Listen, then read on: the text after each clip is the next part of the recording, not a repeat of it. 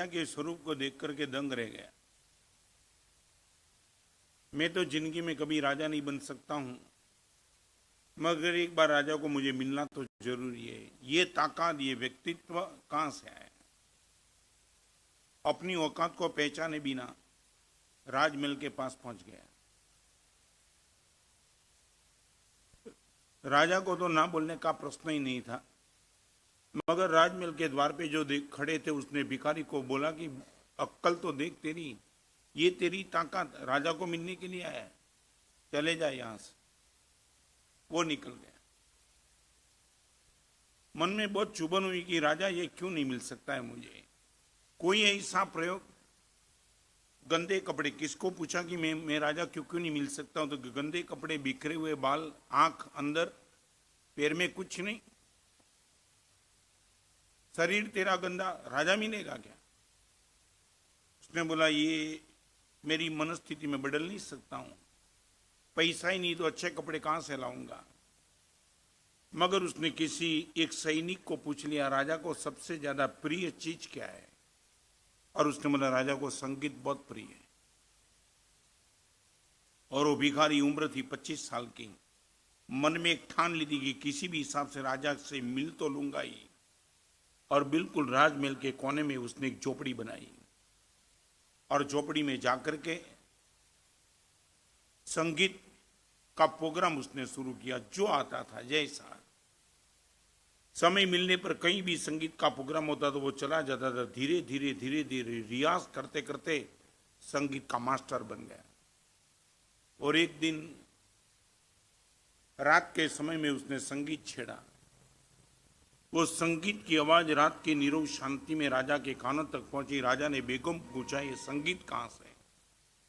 और उसने बोला बाजू में कोई झोपड़ी है, न मालूम कौन आया है, वहां से संगीत की आवाज आ रही है। राजा ने बोला अपने को जाना है वहां। राजा वहां गया। यही भिखारी था, बिखरे हुए बाल थे, गंदे कपड़े थे। उसने पूछा ये संगीत तेरे मुंह से कब सीखा, कैसे सीखा? उसने बोला राजन, कब सीखा और कैसे सीखा वो प्रश्न मत पूछो, क्यों सीखा ये प्रश्न पूछो। राजा ने पूछा बोल क्यों सीखा? उसने बोला एक उम्मीद थी आपको देखने के बाद, रास्ते से निकलते थे आपको देखा तो मन में लगा एक बार आपकी अंगत मुलाकात हो, मगर नहीं हो पाई, सभी ने ना बोल दिया। फिर मैंने एक प्रयास किया सैनिक को पूछने का, आपकी रुचि का पता लग गया, आपको संगीत बहुत प्रिय है और इसलिए मैंने संगीत शुरू किया। राजन खुश हो गया। मगर अभी भिखारी जो कहता है वो समझने लायक बात। भिखारी ने इतना ही कहा, राजन एक बात समझ लो, यदि मैं आता, मेरी सोच थी आपको मिलने के लिए, उम्मीद भी नहीं थी आप सामने होकर के मुझे मिलने के लिए आए, मगर ये आज मेरा सद्भाग्य रहा। और अभी मुझे पता लगा कि आप जैसे महापुरुष को मिलने के लिए एक ही काम करना चाहिए, आपको जो पसंद है हम शुरू कर दे, आप मिलने के लिए आते। आज वही बात करना चाहता हूं। हमारी औकात क्या है? वासना से भरे हुई आंख में विकार, कान में विकार, पैर में विकार, मन बदमाश। परमात्मा की जब भी व्यक्तित्व की बात हम सुनते, अनंत गुण के मालिक, आंख निर्विकारी, जबान में वो शालीनता, जहां भी चले वहां उपकार, दृष्टि जिन पर गिरे उनका कल्याण। और ऐसे परमात्मा को पाने के लिए, मिलने के लिए हम भी तो लालायित हो जाते हैं। हम कहां और परमात्मा कहां। मगर कहीं कोई सदगुरु के पास आकर के जब हम जान लेते, महाराज साहब भगवान के पास जाना तो है, मगर नहीं लगता कि भगवान से मुलाकात होगी, आप ही कोई उपाय दिखाओ ताकि परमात्मा से हमारा मिलन हो जाए। और सदगुरु वो उपाय दिखाते हैं कि भगवान को जो पसंद है तू शुरू कर दे, भगवान निश्चित तुझे मिलने के लिए आ जाएंगे। आज इतना ही पूछना चाहता हूं, सचमुच परमात्मा को पाना है और सचमुच हमें भगवान को मिलना है। नंबर एक, परमात्मा को जो चीज पसंद है उनका हमें पता है क्या? भगवान को क्या पसंद है वो पता है क्या? भगवान को निर्विकार भाव पसंद है। मैं किसी की भी निंदा करूं, भगवान को ना पसंद है। भगवान को क्या क्या पसंद है, एक बार यदि मैं सोच लूं, समझ लूं और इनको इंप्लीमेंट करने का प्रयास करूं, इस सभा में बैठने वाले को पूछना चाहता हूं, परमात्मा को क्या पसंद है वह आज तक हमने जानने का कभी प्रयास किया? शरीर को क्या पसंद है मुझे पता है, मेरे मन को क्या पसंद है मुझे पता है, मेरे पिताजी को क्या पसंद है, मेरे बेटे को क्या पसंद है, मेरी पत्नी को क्या पसंद है। अरे छोड़ो, आपको लगता है मेरे बायर को क्या पसंद है। आप दुकान में हर तरह के माल तो नहीं रखते हो, आपको लगता है कि मुझे बिजनेस करना है। ऐसी कितनी भी अच्छी चीज लगू मगर बायर को यदि अट्रैक्ट नहीं करती है तो वो चीज रख के क्या करूंगा। तो आप बाजार में जाने के पहले भी चेक कर लेते हो बायर को पसंद क्या है।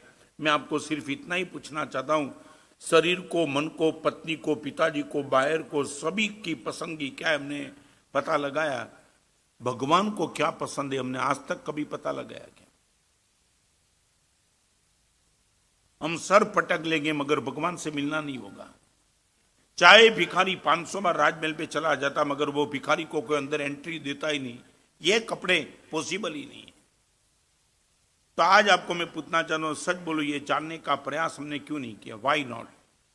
सारी दुनिया को, छोटे छोटे आदमी को, एक बार बताऊं, मुझे, मैं भी प्रवचन निखिल भाई कर रहा हूं, मैं सोच के कर रहा हूं कि आपको कौन सी प्रवचन की बात आपको जमेगी।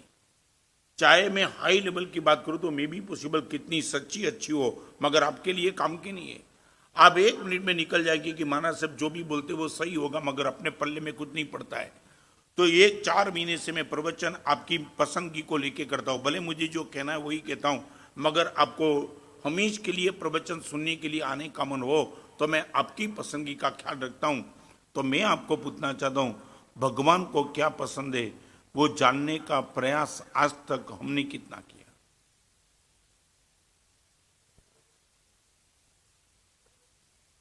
ओके, भले ऐसे समझ नहीं थी मगर मैं सच बताऊं थोड़ा तो हमें पता था ही। हम बिल्कुल तो ऐसे बालक नहीं थे कि बिल्कुल पता नहीं था। हमें बिल्कुल पता था कि परमात्मा को मैं सही ट्रैक पे चलूं, उदारता रखूं, कृतज्ञता रखूं, पवित्रता रखूं, नम्रता रखूं, सरलता रखूं। ये निश्चित तौर से परमात्मा को प्रिय चीज है और वहां ही तो परमात्मा आएंगे। तो आज आपको वो कहना चाहता हूं, बियॉन्ड द विजिबल वर्ल्ड, हम जो देख रहे हैं इनके पीछे इनविजिबल कौन है? यही इनविजिबल है, परमात्मा।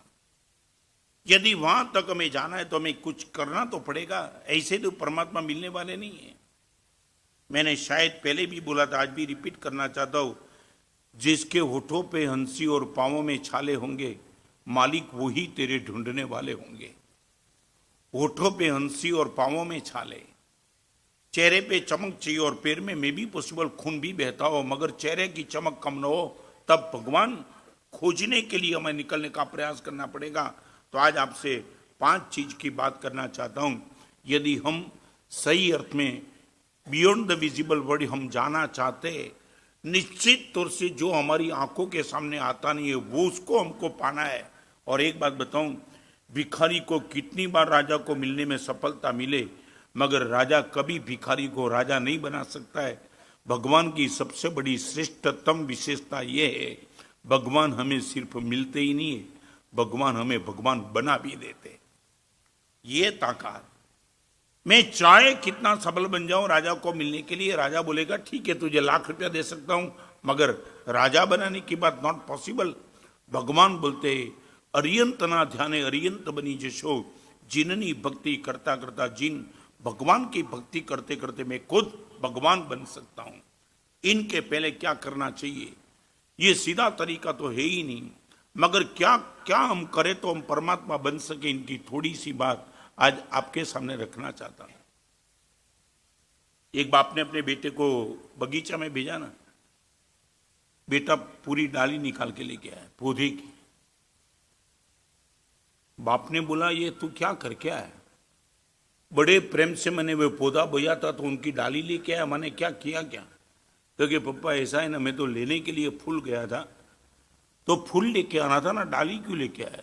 मगर पप्पा ऐसा हुआ ना, फूल लेने के लिए गया था मगर जहां गया ना वहां लिखा था यहां फूल तोड़ना मना है, डाली तोड़ ली। फूल तोड़ने की मना है, वहां डाली तोड़नी। पुण्य का उपयोग भी हमें ज्यादातर नहीं करना, हमने धर्म को खत्म कर दिया। तो आज इतनी बात आपको पूछना चाहता हूं, बड़ी गंभीरता से ऑब्जर्व करते रहना। कि इस जीवन की समाप्ति के पहले निश्चित तौर से भगवान को मिल पाएंगे क्या? नंबर एक, समय की डिपॉजिट प्रभु के नाम पर करना कितना चाहते हैं? आप कहीं भी जाते हो, हॉस्पिटल में दाखिल होने के पहले डिपॉजिट देना पड़ता है। एक छोटा सा प्रश्न, या पैसे की बात नहीं करना चाहता हूं। जिस परमात्मा इस दुनिया में सर्वोत्तम, सर्वोत्कृष्ट और सर्वश्रेष्ठ है, वो भगवान के लिए समय देने की, हमारी समय की डिपॉजिट देने के लिए तैयारी कितनी डिपॉजिट देने के लिए हम तैयार हैं? गरीब आदमी भी दे सकता है, श्रीमंत भी दे सकता है, सज्जन भी दे सकता है, दुर्जन भी दे सकता है, तपस्वी भी दे सकता है, खाने वाला भी दे सकता है। इसमें कोई फर्क नहीं। आपको पैसे की डिपॉजिट देना हो तो आप बोल सकते हैं कि मैं मन से पैसे वाला नहीं हूं, किसी से कर्जा लेना पड़ेगा फिर मैं दे पाऊंगा। इसमें तो कर्जे की बात नहीं। हर व्यक्ति के लिए समान रूप से प्रकृति से मिली हुई कोई चीज है, वो समय।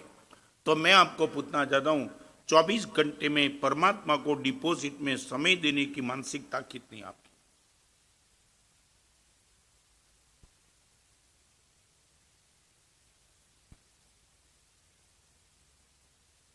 यहां से शुरू होगा। हमने जिंदगी भर का समय दे दिया परमात्मा के नाम से, जिंदगी भर। आप सोच नहीं पाएंगे इतना हरा भरा संसार इस उम्र में सब छोड़ के निकल गया। 24 घंटे प्रभु आपके पास। मेरी रात भी आपके सामने गुजरेगी, मेरा दिन भी आपके सामने, मेरी संध्या भी आपके सामने, मेरा दोपहर भी आपके सामने। I would like to know from you, समझ गया मैं आपके पास संसार है, संसार की जिम्मेदारी है, आपके पास परिवार भी है, आर्थिक व्यवस्था के लिए भी आपको जाना पड़ता है। ओके, एवरीथिंग ओके, मगर समय की डिपॉजिट कितनी है आपके पास? आज तो निखिल में छुट्टी है और इसलिए बैठे हो।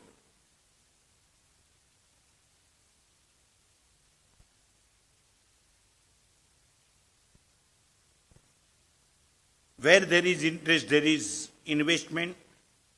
समय का इन्वेस्टमेंट धर्म के क्षेत्र में कितना, यहां से हम शुरू कर दे। और एक बात, नहीं भी दे सकते हो मगर समय का मन यहां ही लगता है, इतना तो बोल सकते हो। माना साहब बाजार में गया, मगर बाजार में भी हर समय याद परमात्मा की आती है।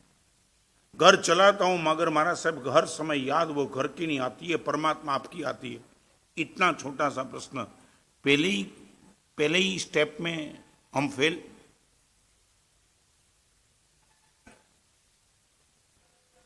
दीपचंद जी क्या बात, दिल्ली से विनती करने के लिए और ऐसी विनती करते, देखा ना तुमने। मैं तो ये दीपचंद जी को कहता हूं कि विमलनाथ संघ में मैं ना हूं तो प्रवचन तुम ही करना।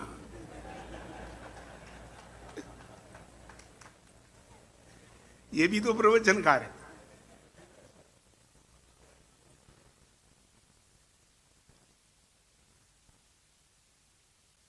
एक छोटा सा प्रश्न का बड़ी गंभीरता से जवाब देंगे।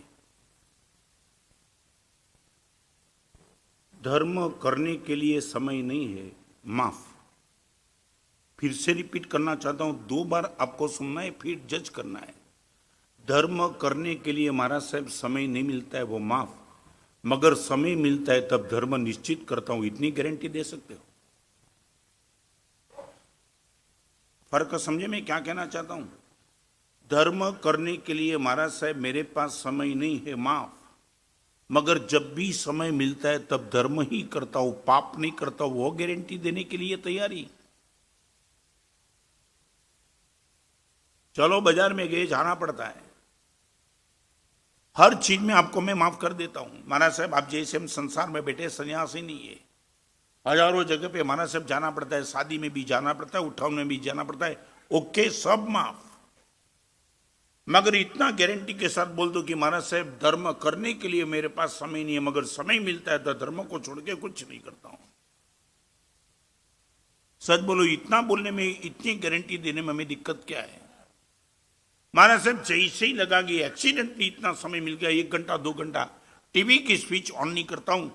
ऐसे महाराज साहब धर्म करने के लिए समय नहीं है, मगर समय जब स्पेयर में होता है तो धर्म को छोड़ के कुछ नहीं करता हूं।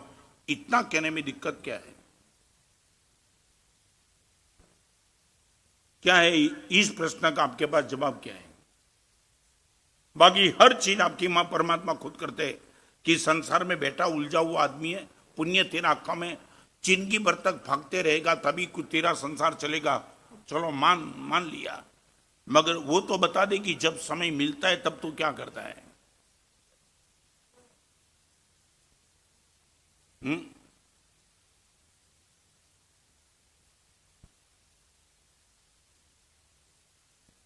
इसमें जवाब क्या है? क्या है? क्या कर दे?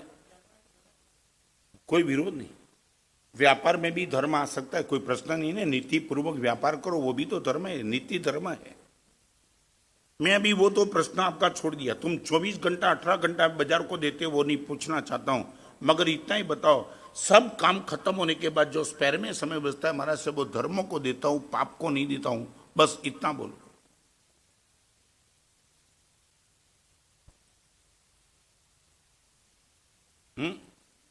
नहीं होता है, ओके। मैं जानना चाहता हूं क्यों। सबसे पहले बियॉन्ड द विजिबल वर्ल्ड आपको यदि पहुंचना है तो ये पहले नंबर में तय करना पड़ेगा, डिपॉजिट समय की कितना रखना चाहते हो। हमारे वहां 2-2 3-3 घंटा परमात्मा की पूजा भक्ति करने वाले थे,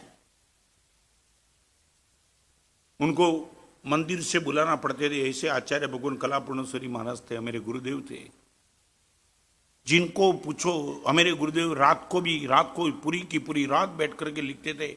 वो बात हमारी नहीं करता हूं, मगर आपकी भी मैं इतना नीचे आ गया, फिर से कहता हूं धर्म के लिए समय निकालो, वो बात नहीं करता हूं, मगर समय मिले तब धर्म करो, ये बात करता हूं। आपके दिमाग में नहीं आ रहा, मैं ये नहीं कहता हूं धर्म के लिए तुम समय निकालो, मगर जब भी समय मिले तब धर्म करो, इतनी बात नीचे आ गया मैं। हमारे वहां तो ऐसा था कि धर्म के लिए समय निकाल रहा था। महाराज साहब नहीं क्या निकलेगा, ये बताओ 9 से 10 आपके पास कोई काम नहीं है, ऐसा थोड़ा है। ये जो प्रवचन का समय निश्चित तौर से चल रहा है उसमें आपको बहुत कुछ काम है, मगर आपने किया नहीं, प्रवचन सुनना ही है। ये आपने तय कर लिया तो आपको मैं धन्यवाद देता हूं कि 9 से 10 बजे का समय तुमने धर्म के लिए स्पेयर रखा है, चाहे कितना भी काम हो। तो सबसे पहले ये मानसिकता बनेगी आपकी डिपॉजिट समय की यहां रखने की कितनी तैयारी। और एक बात मैं पूछना चाहता हूं, यहां समय देने का मन नहीं होता है, या तो समय मिले तब धर्म करने का मन नहीं होता है, इनके पीछे आपकी मानसिकता क्या है? नहीं, अभी 4 महीने के प्रवचन के बाद हम थोड़ा तो चित्र क्लियर करना चाहते हैं कि जिंदगी भर तक बस ऐसे ही चलते रहेंगे। संडे और सैटरडे की छुट्टी आई तो हम प्लान बनाते कि किस होटल में जाना, कहाँ जाना, किस थिएटर में जाना, कहाँ घूमने के लिए जाना, हमारा बस यही प्लान। वीकेंड आया और जैसे ही सोचना माने वही काम। मान लिया कि बाजार में 5 दिन 6 दिन थे, तब तुम कुछ न मंदिर में आ सके, न गुरुदेव के पास आ सके, न कोई अच्छा साहित्य पढ़ सके, मगर ये सोच नहीं सकते हो वीकेंड में चलो इतना मिला, पूरा का पूरा दिन नहीं तो 2 घंटा तो निकाल दूंगा इनके लिए।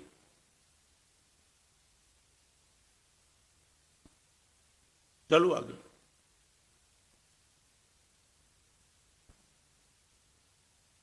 और एक बात बताओ, आपको शायद ना बैठे तो सच बोलो, कभी भी निखिल भाई सब्जी लेने के लिए तुम 1000 के नोट लेके गए? नहीं। आपको मालूम है सब्जी जैसी तुच्छ चीज लेने के लिए 1000 की नोट ले जाने की जरूरत नहीं है। तो मैं आपको ये कहना चाहता हूं कि नोट जितनी कीमती होती है उतनी वस्तु कीमती लेनी चाहिए। तुच्छ वस्तु को खरीदने के लिए कीमती नोट का उपयोग हम नहीं करते। तो समय जैसी श्रेष्ठतम कीमत वाली चीज दुनिया में कोई नहीं है। उस समय से आप क्या खरीद क्या रहे हो? जिस समय से समय का इन्वेस्टमेंट से आप खुद परमात्मा बन सकते हो, वो समय आप कहां देते हो?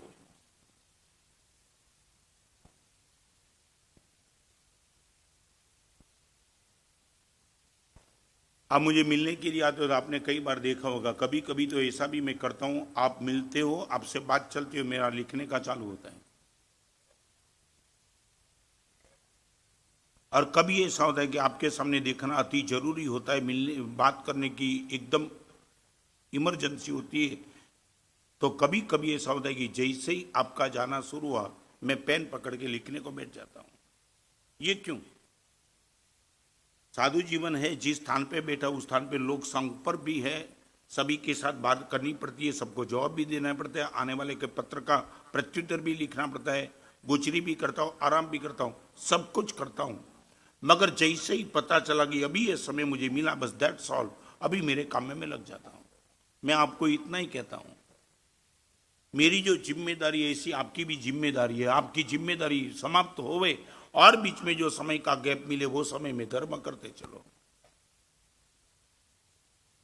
समय की डिपॉजिट वो पहले नंबर का श्रेष्ठतम ऑब्जर्वेशन करने का मौका है। आज तक परमात्मा ने कभी ये नहीं पूछा कि मेरे पीछे तूने कितने रुपया का खर्च किया, वो बात तुम्हारे समाज की होगी, हमारे वहां नहीं। फिर से रिपीट करना चाहता हूं, समाज की मेंटालिटी ऐसी हो सकती है कि धर्म करने के लिए पैसा चाहिए। भगवान बोलते धर्म करने के लिए पैसा चाहिए, वो यहां की बात नहीं है। समय तेरे पास कितना है बोल।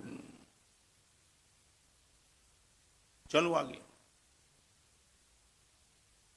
बड़ी दुख की बात मैं आपसे कहना चाहता हूं, एक समय ऐसा था जब टीवी नहीं था ना, तब अपने आप से मैं ये टीवी को गाली देने की बात अभी बहुत हो गया, वो न्यूसेंस मैं ये नहीं कहता हूं कि वो निकल, मगर मैं जो बताना चाहता था वो क्या था मालूम है? जब आदमी कुछ निवृत्त होता था या तो अपने आप से कुछ समय बचता था ना, जब ये टीवी नहीं था तो करीबन 60 से अप उनकी लोगों की मेंटालिटी ऐसी रहती थी कि धर्म स्थान में आकर के ज्यादा समय वो बैठते थे, परमात्मा के मंदिर में, उपाश्रय में, या अपने घर में भी सामायिक या स्वाध्याय या सत्संग कुछ करते थे, जब तक टीवी नहीं था तब तक। अभी क्या हुआ, ये टीवी ने क्या किया, जो यंग जनरेशन था उनका समय लिया कि नहीं लिया छोड़ो, मगर जो वृद्ध पुरुष थे जिनको पिछली उम्र में अपने आप से धर्म के क्षेत्र में आने का एक अच्छा चांस था, वो चांस भी टीवी के सामने बैठ करके तुमने खत्म कर दिया। सच बताऊं, 70 साल की और कभी कभी तो क्या होता है, यंग जनरेशन को टीवी देखने का समय भी नहीं, वो इतना उलझा है, इतना उलझा है, इतना पागलपन से वो भाग रहा है कि पैसे के पीछे, उनके लिए इतना समय इनके पास नहीं है। और वृद्ध पुरुषों के पास समय ही समय बचा था, वो समय अच्छी चीज को देने न देते, वो पूरे के पूरे टीवी के सामने बैठ गए। आपको सच बताऊं, टीवी ने सबसे बड़ा कोई नुकसान किया है तो ये नुकसान आपका पूरा समय वो खा गया है और खा रहा है।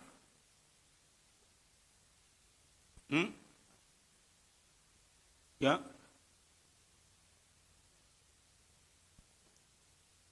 कभी कभी मुझे कमेंट करने का मन नहीं होता, कभी दुख होता है कि किस एज में आप टीवी से दूर हो जाएंगे पता नहीं।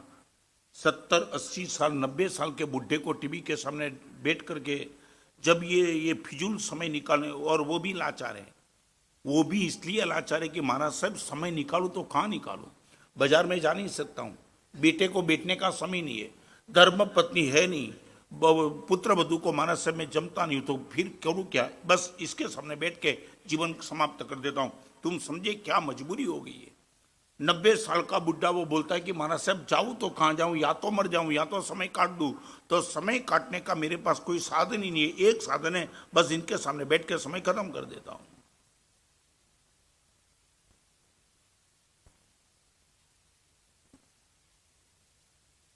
नंबर 1, आपकी डिपॉजिट चेक कर लो।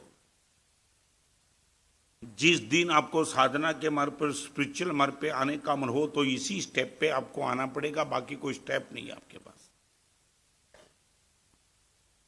नंबर 1, समय की डिपॉजिट। नंबर का हृदय का डिवोटेड, हृदय कहां समर्पित होना चाहता है, समय कहां देने का मन होता है। डिवोट माने समर्पण। आपको मालूम होगा राज्यसभा में सब कुर्सी होती है, मंत्री की, नगर सेठ की, सैनिक की, सेनाधिपति की, सब कुर्सी होती है, मगर मुख्य कुर्सी पे राजा को छोड़ के कोई बैठ नहीं पाता, वो खाली रहती है, मगर मुख्य कुर्सी पे वो ही बैठेंगे।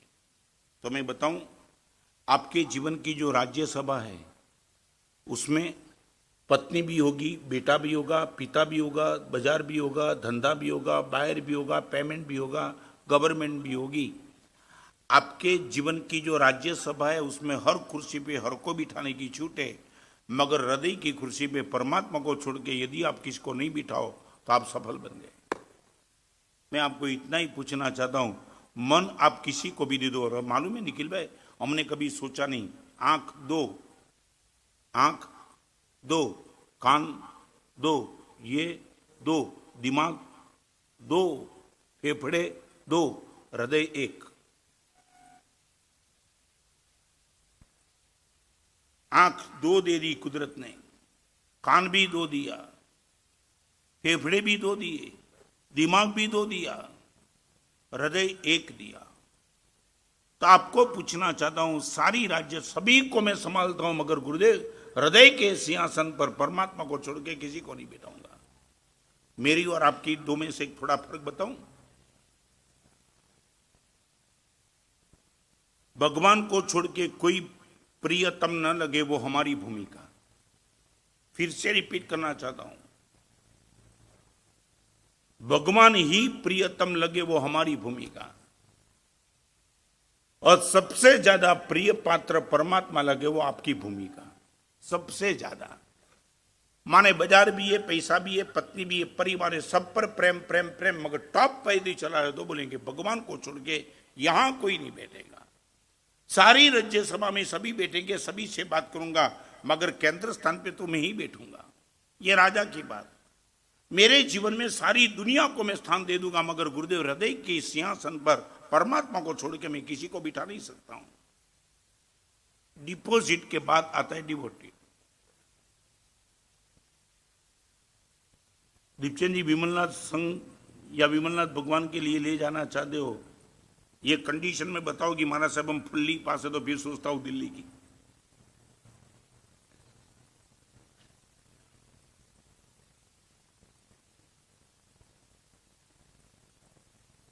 क्या हुआ,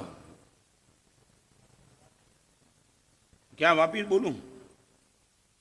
ये होशियार आदमी है ना। हाँ, क्या होता है, सुना ही नहीं पड़ता है। नहीं वो आप मालूम है होशियार क्या है, वो सुनने के बाद मन में सोचना है कि जवाब क्या दूं, इसलिए पूछते कि दोबारा बोलो। नहीं, ये सभी की समस्या है। डिपॉजिट के नाम से समय क्या है, ये मैं नहीं चाहता हूं तू 5 करोड़ खर्च कर दो मेरे पीछे, मुझे क्या करना है, समय कितना दिया। भगवान के पीछे देने वाली संपत्ति आपको परमात्मा बना देगी गारंटी नहीं, मगर समय दिया 100% वो परमात्मा बना देगा।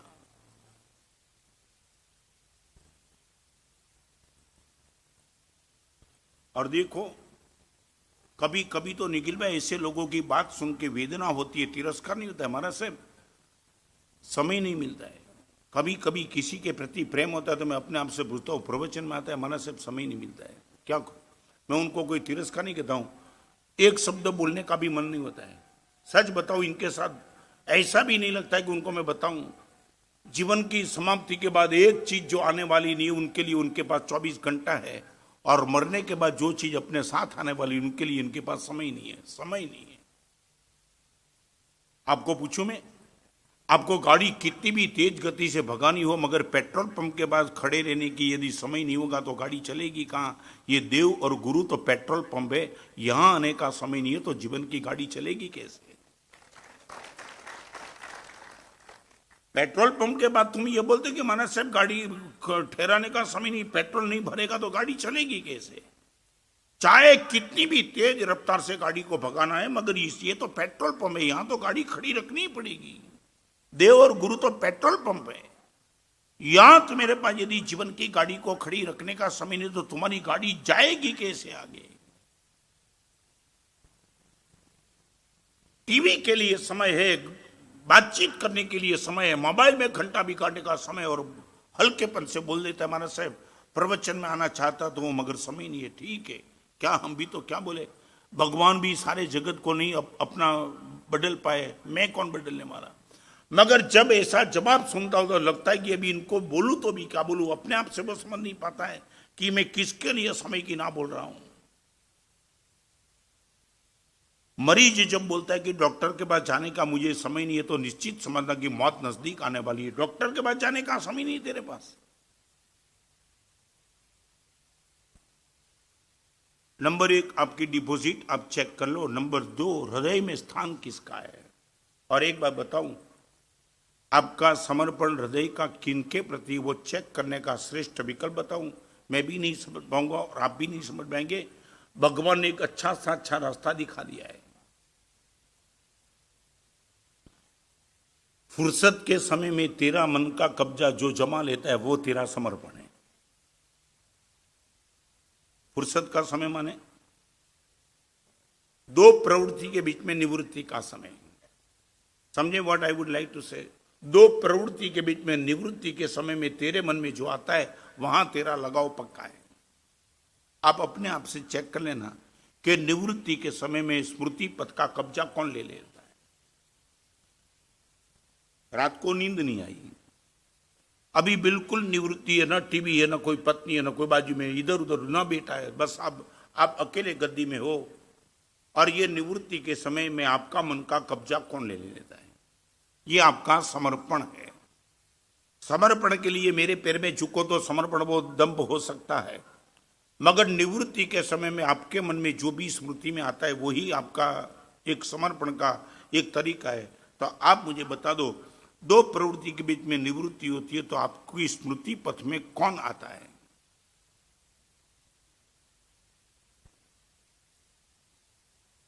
ये जलद कसौटी है।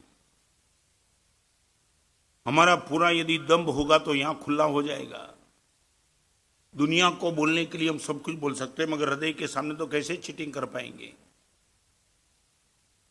दो प्रवृत्ति के बीच में निवृत्ति के समय में आपका मन का कब्जा किस चीज से हो जाता है, या तो कौन सा विचार, या तो कौन व्यक्ति।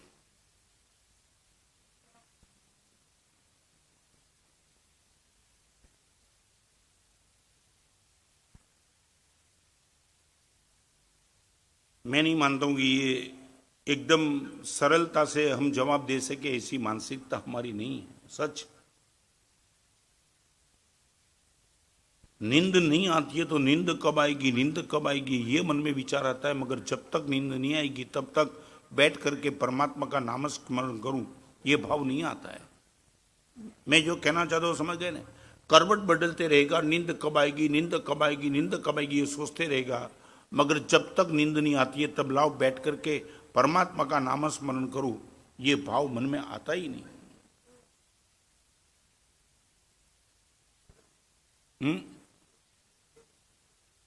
कोई विरोध नहीं।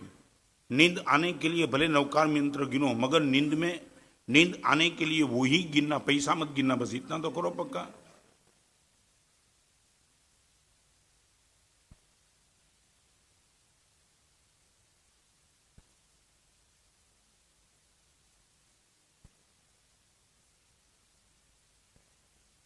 क्या आता है,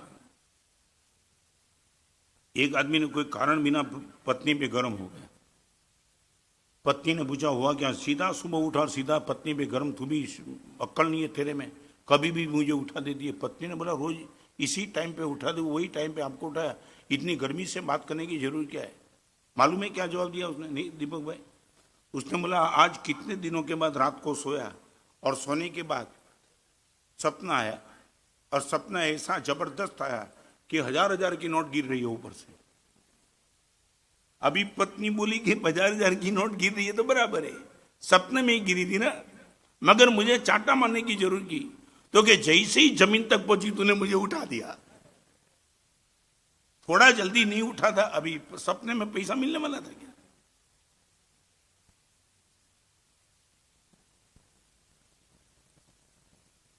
समझिए आप, ये दो कसौटी आपके लिए बहुत कठिन है। नंबर एक, समय मिले तब तो हमारा सब धर्म करके ही रहूंगा, नंबर एक। और स्मृति पद निवृत्ति में, प्रवृत्ति में महाराज से चलो मैं नहीं बोलता हूं। बाजार में गए छोड़ दो, बाहर के पास गए छोड़ दो, अरे मैं तो बोलता हूं होटल में गए छोड़ दो। एक बार बताऊं निखिल भाई, एक प्रयोग कर सकते हो, सिनेमा के थिएटर में जाओ तो इंटरवल में जो समय मिलता है उसमें आंख बंद करके मुझे मेरा प्रवचन याद करना। क्यों मजाक करता हूं क्या। पिक्चर तुम देखते हो, इनका भी विरोध नहीं करता, अभी मैं माफ कर दिया तुम्हें, मगर दो पिक्चर के बीच में जो इंटरवल आता है उसमें बाहर मूंगफली खाने के लिए मत जाना। बस आंख बंद करके बैठ जाना और बाजू वाला पूछे क्या करता है, उसने बोला परिवर्तन प्रवचन वाला याद करता हूं, वो सीधा भेज देगा वर्तमान नगर आपको।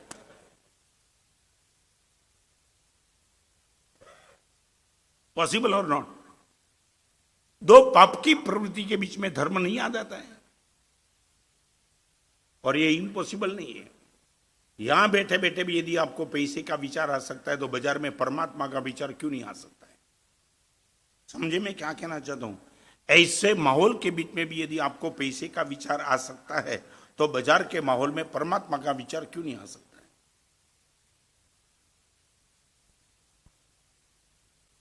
आज रावण को जलाएंगे,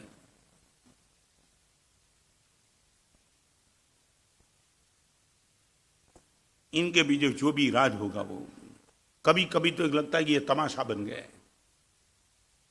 पूरे पेपर वाले, पूरे मीडिया वाले लिखते हैं कि रावण को जलाने का अर्थ यह है कि अंदर की बुराई को जला दो। रावण का जिस कारण से पतन हुआ वो कारण यदि आपके मन में बैठा तो कारण को खत्म करो। रावण का पतन यदि अहंकार से हुआ तो तुम्हारा भी हो सकता है, तो विजयादशमी के दिन याद करो अहंकार को जला देना है। रावण का पतन इस वासना से हुआ तो याद करके अपनी वासना को खत्म करो। मंदोदरी होने के बाद भी सीता के पीछे पागल बनने का भाव ये रावण जैसी ताकत वाले को खत्म कर दिया। तो अपने घर में पत्नी होने के बाद भी लगनेतर संबंध में चला गया, मेरी भी बात रावण जैसी हो सकती है, वो सोच के वो गलत को जला दो। मगर वो चीज रह गई ए बाजू और रावण को जलाने की प्रक्रिया शुरू हो गई। दिल्ली में मैं था, रामलीला जहां था ना वहां चल रही थी, बाप रे बाप समझ में नहीं आता। हर पूरे हिंदुस्तान के हर जगह पे रावण को जलाने का एक न मालूम एक व्यवस्था चल गई। ठीक है, इनके ऑपोजिट फेवर में जाने की बात नहीं करता हूं, मगर आज विजयादशमी को लेके आपको तो मैं मैसेज देना चाहता हूं, यदि आपके अंदर रावण में जो भी बुराई थी, मद था, अहंकार था, वासना थी, आवेश था, अच्छे लोगों को अवॉइड करने की रावण की मानसिकता थी, विभीषण जैसा आदमी समझाने के लिए आए, बड़े भाई ये गलत करे तू निकल जा। मैं भी मेरे बड़े भाई को कभी अच्छी बात करने के लिए आए यदि अवॉइड करता हूं तो मुझे उस चीज से बचना है। क्या बताऊं मैं आपको? आपके आगे जाने वाला रास्ते में गिर गया, वो जानने के बाद आप वो रीजन जानेंगे कि कैसे गिर गया, और वो बताएगा कि गाड़ी लेके गया था, खड्डा था, खड्डे के पास वो गिर गया। तो आप क्या करेंगे? वही रास्ते में जाते वक्त तक खड्डे को संभाल लेंगे और बाजू से निकल जाएंगे।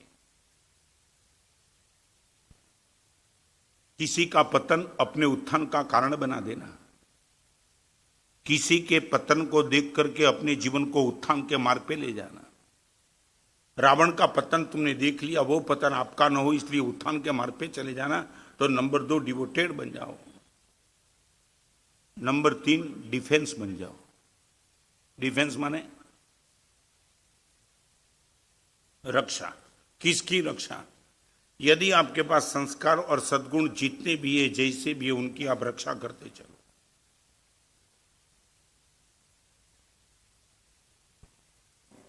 सच बोलो, उनकी सुरक्षा के लिए हमारे प्रयास कितने हैं?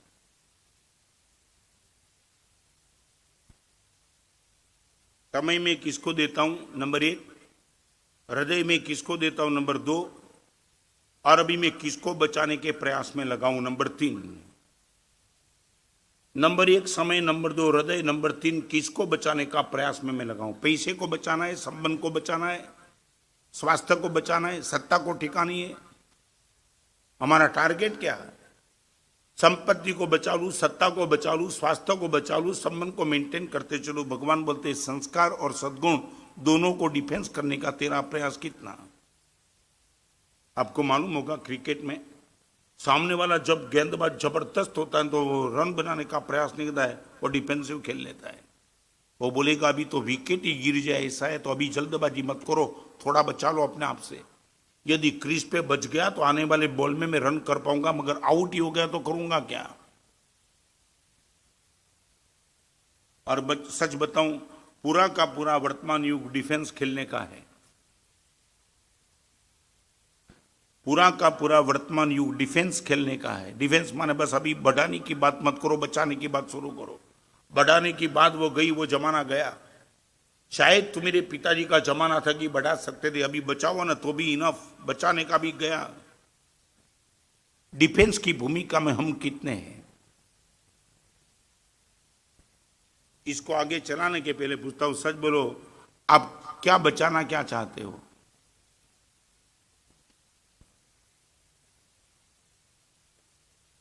पूरा मन, पूरा वचन, पूरा जीवन आपका किस चीज को बचाने में लगा है अभी?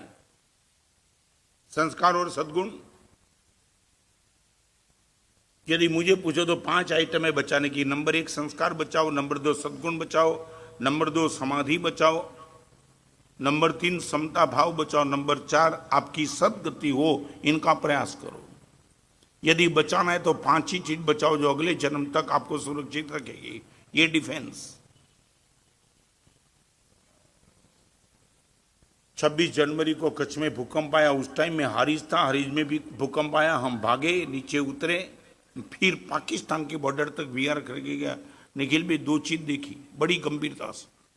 पूरा का पूरा भूकंप ग्रस्त जो विस्तार था ना, हम सब साधु गए, आंख में आंसू सूखने का नाम नहीं लेते थे, वो तबाही देखी। 2 चीज को भूकंप ने खत्म कर दिया, एक अहंकार को और नंबर 2 आसक्ति को। भूकंप ने वो दिखा दिया कि तुम्हारा अहंकार का क्या नतीजा हो सकता है, तुम्हारी आसक्ति का क्या हो सकता है, दोनों खत्म कर दिया। 40-40 लाख और 40-40 करोड़ के मालिक को मैंने खुद ने देखा है, रास्ते में आ गया और मांगता था, महाराज साहब मुझे कुछ दिलाओ। मैंने खुद ने देखा है।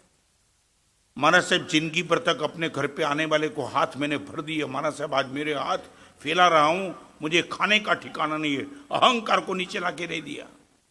और आसक्ति, ये फर्नीचर, ये बंगला, ये पत्नी का रूप, 1 मिनट में भूकंप ने खत्म कर दिया सब। तुम इनको बचाएंगे? ये गाड़ी, बंगला, ये मोटर, ये संपत्ति तुम्हारे बस में है क्या? ये तो बच जाती है, तुम अपने आप से मन बात में मैं बचाता हूं, वो पुण्य से बचती है, आपसे नहीं बचती है वो। ज्यादा क्रेडिट अपने पे मत लो। जो पुण्य से बचता है उसमें पुरुषार्थ कम करो, मगर जो पुरुषार्थ से ही बचता है उनकी अवॉइड मत करो। नंबर 2, जो पुण्य से बचता है उसमें ज्यादा पुरुषार्थ मत करो, और जो आपके पुरुषार्थ से ही बचता है उनको अवॉइड मत करो। संस्कार और सद्गुण आपके पुरुषार्थ से ही बचेंगे, न पुण्य बचा पाएगा, न मैं बचा पाऊंगा, आपको ही बचाना है।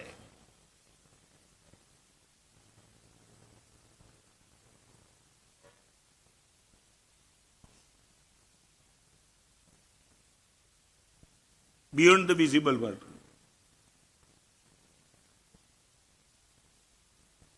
और आपको मालूम होगा, मैं पहले भी बताया था यहां प्रवचन में, मैथमेटिक्स आपको बताना चाहता हूं, अर्थशास्त्र का। अर्थशास्त्र का एक कानून है, जब तेजी होती है तब इनकम बढ़ाओ, और मंदी होती है तब कैपिटल बचाओ।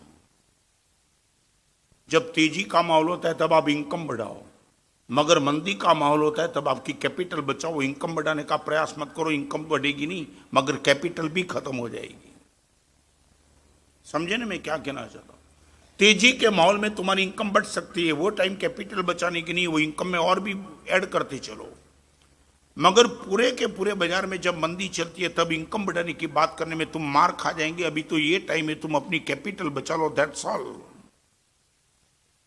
जैसे मंदी के माहौल में इनकम बढ़ाने का प्रयास मत करो, कैपिटल बचाओ, ऐसे ही जो एटमॉस्फेयर आज का है वो संस्कार और सद्गुण के लिए मंदी का माहौल है, उसमें आप बढ़ाने की बात मत करो, मगर जो संस्कार और सद्गुण आपके पास है कम से कम उनको बचा लो। ये डिफेंस।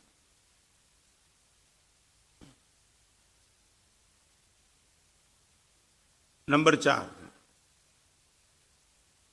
डिपार्ट। डिपार्ट माने अलग कर दो, उनको छोड़ दो। जो संस्कार और सद्गुण आपके पास है उनको बचाते चलो, और जो गलत चीज आप उनसे धीरे धीरे धीरे धीरे दूर होते चलो। एक ही सिक्के के 2 पहलू। अच्छे को बचा लो और गलत का जो इन्वॉल्वमेंट है अंदर आ चुका है उनको धीरे धीरे दूर करो।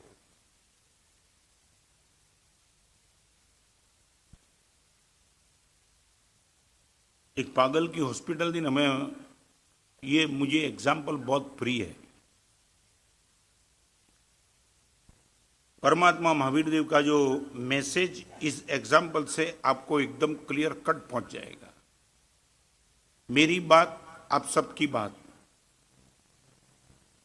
माना सभी इतना अच्छा करने के बाद रिजल्ट मिलेगा कि नहीं, कोई विरोध नहीं है, रिजल्ट नहीं मिलेगा वो प्रश्न नहीं है।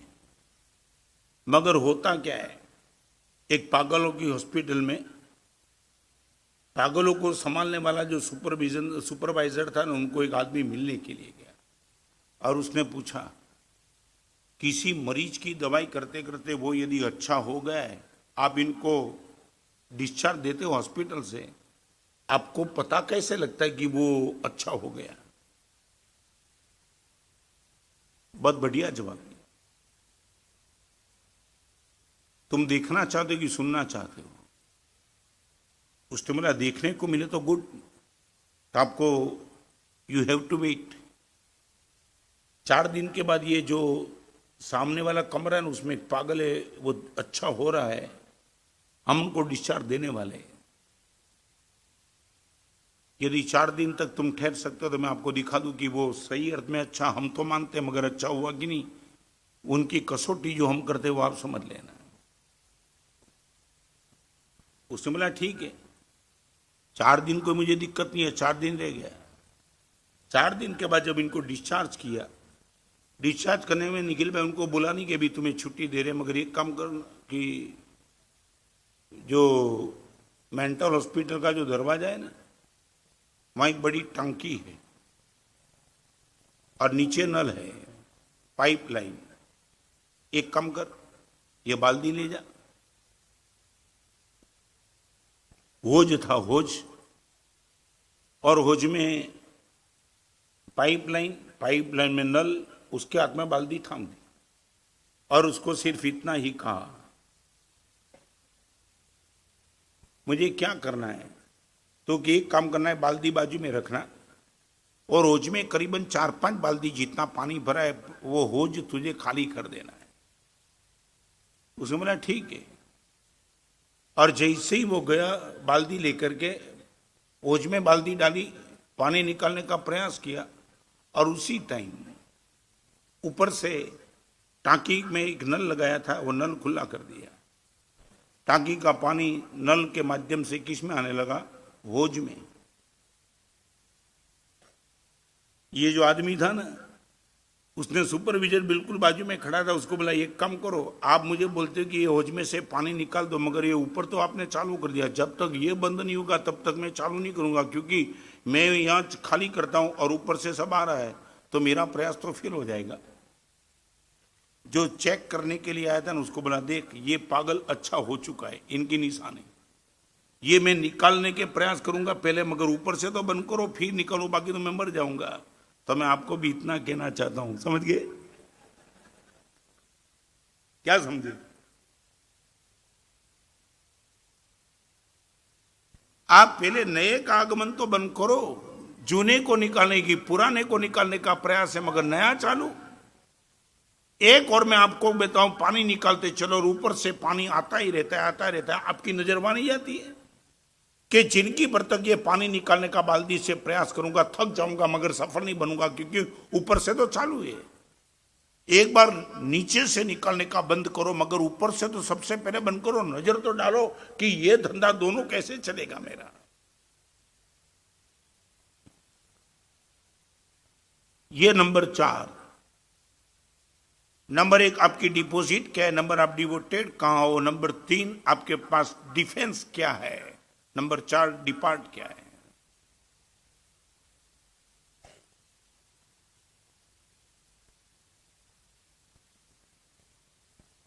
सच बोलो, क्या लगता है कुछ जाना है बियॉन्ड द विजिबल वर्ल्ड, जाना है कि ऐसा ही?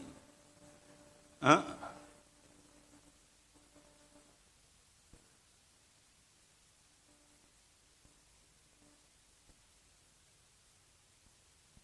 टीचर ने पूछा लड़के को स्वर्ग में किसको जाना है, लड़के ने बोल दिया सीधा घर पे जाना है, मम्मी ने बोला घर पे आ जाना सीधा, स्वर्ग में तुम जाओ। मैंने पहले पूछा था दीपचंद जी, अभी यहां पूछ लूं, विमलनाथ भगवान की प्रतिष्ठा के लिए मुझे आमंत्रण कर दो। भगवान की प्रतिष्ठा करके क्या करना है? मोक्ष में जाना है ना। मोक्ष में जाना है कि दिल्ली में ही रहना है? मोक्ष में। और यदि मैं भगवान की ओर से आपको बता दूं यहां से सीधा मोक्ष में आपको ले जा सकता हूं, दिल्ली आने की जरूरत नहीं, तो आप आएंगे कि बोलेंगे दिल्ली आओ पहले?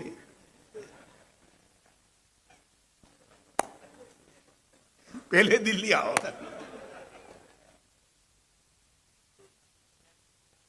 क्या है?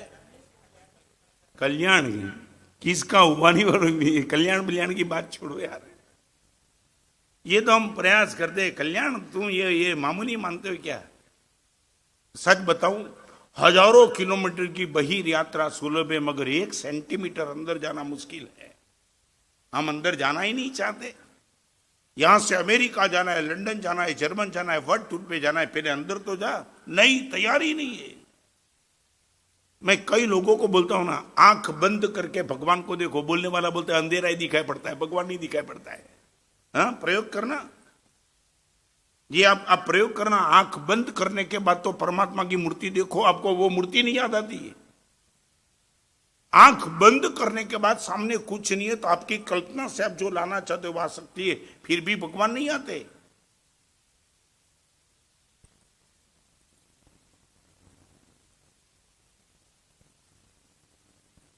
नंबर 1 डिपॉजिट आपकी टॉप चाहिए। नंबर 2 डिवोटेड आपका हृदय का चाहिए। नंबर 3 सद्गुण संस्कार की सुरक्षा चाहिए। नंबर 4 डिपार्ट आपके जिनमें जो भी गलत चीजें भगवान बनने से आपको जो भी रोकती है उनको खत्म करते चलो।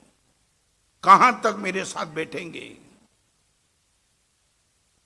मैं राष्ट्रपति भवन में गया ना, तो मुझे बोला गया महाराज साहब ये आपका नहीं, लोकसभा में गया।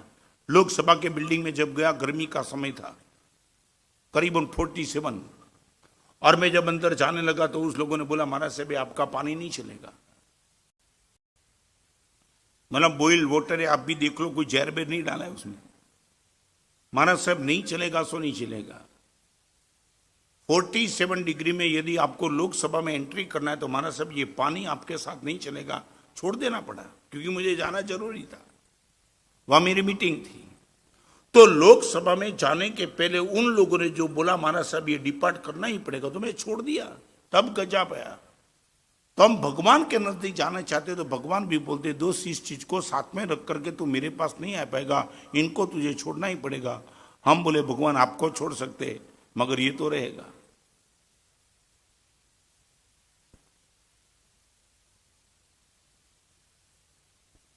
पांचवें नंबर की बात करने के पहले आपको बता, सच बोलो 4 में से किस क्षेत्र में आपको लगता है कि यहां से हमारा जम जाता है?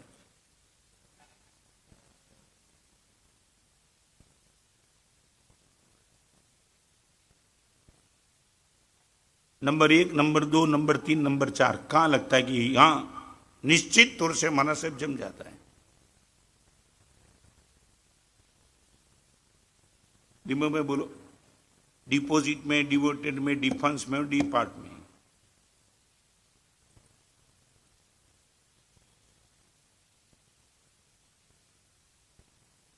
बस क्या है?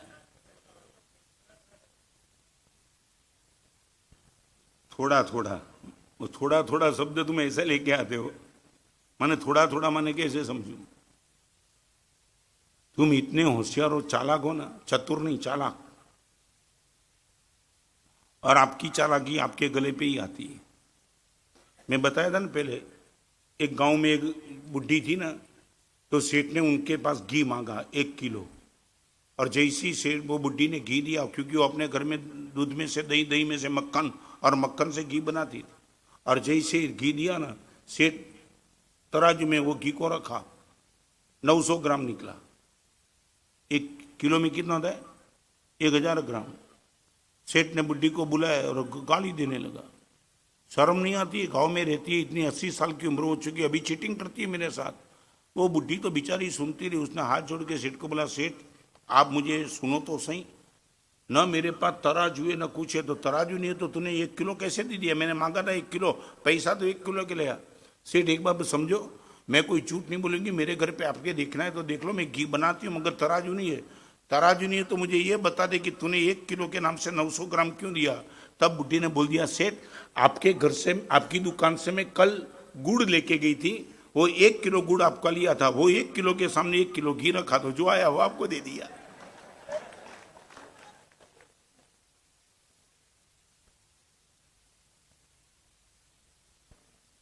देखो ये भाषा कैसे समझ में आ जाती है। यहां 100 मार के आपका, बाकी दीपे पे बोले थोड़े थोड़े, इसमें फुल्ली पास। माने यही भाषा आपको समझ में आती, चीटिंग की। जिसको भी आना है यही रास्ता है। शायद मैं साधु हूं, मैं भी 2 प्रवृत्ति के बीच में निवृत्ति मुझे भी आती है। रात को कोई सोया और नींद आ जाती है, ऐसी भूमिका नहीं है, मगर उस टाइम मेरे स्मृति पथ में जो आता है मैं अलर्ट बन जाता हूं। अब तक वो रुचि यदि नहीं बनी है तो रुचि बनानी पड़ेगी, नहीं तो मर जाऊंगा। जब आपको कुछ नहीं करना है तब आपके दिमाग में जो आता है वो आपकी ओरिजिनलिटी है। जब आपको कुछ नहीं करना होता है तब आपके दिमाग में जो आता है वो आपकी ओरिजिनलिटी है। अपने से चीटिंग मत करना, छलावा मत करना, दूसरे को दिखाना नहीं मैं बहुत अच्छा हूं। 4 घंटा भगवान के पास जाकर के मंदिर से बाहर निकलने के बाद जब आपका घर नहीं आता है, 3 मिनट का रास्ता है, 3 मिनट तो परमात्मा को याद रखो, वो भी नहीं आता है निखिल भाई। 4 घंटा भगवान के सामने बैठ करके घर पे जाने में 3 मिनट का डिस्टेंस है। 3 मिनट पूछो कि 4 घंटे भगवान के पास था, वो स्मृति पथ में बिल्कुल निकल जाता है। सीधा मिला बाजार भाव क्या चलता है, 4 घंटे का किया क्या फिर हमने।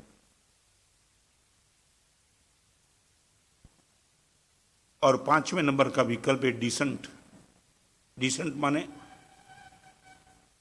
माने आपकी लोकप्रियता हो, आप डिसेंट लगो। डिसेंट माने व्यक्तित्व, शरीर से रूप नहीं, अच्छे कपड़े नहीं, आपकी उपस्थिति सामने वाले को पसंद आ जाए, वो डिसेंट। वो कब होगी मालूम है? आपके पास वचन का माधुर्य होगा तब। डिसेंट का अर्थ है आपके पास वचन का माधुर्य हो, वचन में कटुता न हो, वचन में कठोरता न हो, वचन में कर्कशता न हो। This will be decent. तो भगवान मैं ये चाहता हूं आप तक पहुंचने के लिए यही यदि